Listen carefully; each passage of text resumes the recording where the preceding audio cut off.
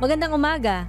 Ito nga pala si Rian Portuguese, your millennial psychologist at welcome sa All About You, kung saan ito ang safe space mo at pag-uusapan natin ang tungkol sa'yo. Para sa araw na to, pag-usapan natin yung tanong ni Nena. At alam ko na lahat tayo makaka-relate dito dahil lahat tayo ay apektado. Ang sabi niya, paano ba makasurvive o makakasurvive sa krisis na to, lalo na't nagpapatong-patong na? Siguro ako i-assume ko na yung sinasabi niyang nagpapatong-patong na ay mga problema, no, na maaaring kinakaharap niya sa buhay. So, subukan muna nating tingnan ano ba nangyayari ngayon, no, sa krisis na 'to.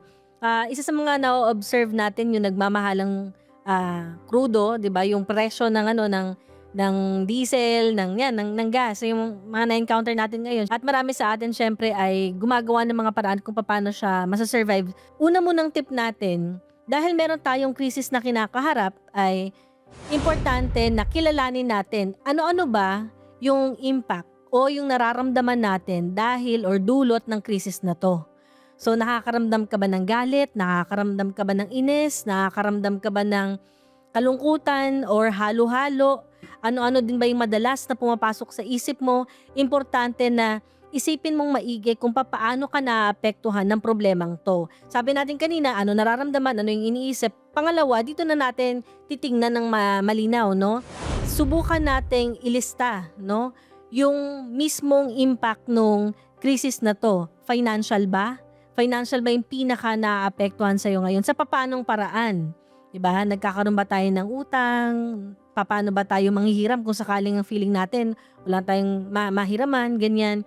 Mag-set tayo ng micro goals kung papaano natin mau-overcome yung mga na-identify or nalaman natin dun sa number 2. Siyempre, isama din natin dito kung palagay mo ay nawawala ka na talaga sa balanse at naapektuhan talaga yung mental health mo, huwag mong kalimutan na pwede kang magkonsulta siyempre sa mga mental health professionals.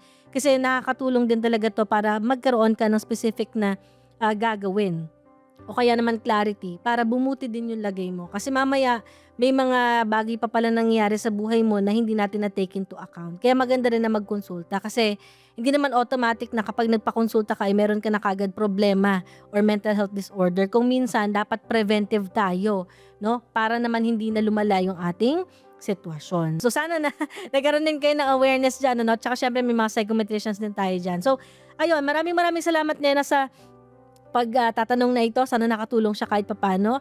Ma-identify mo yung mga specific steps na naka-angkla mismo dun sa karanasan mo. So muli po maraming salamat. Kung kayo ay may ganyang klaseng problema at meron kayong mga katanungan, huwag niyong kalimutan na isend sa mismong email na mababasa ninyo sa ibaba ng screen.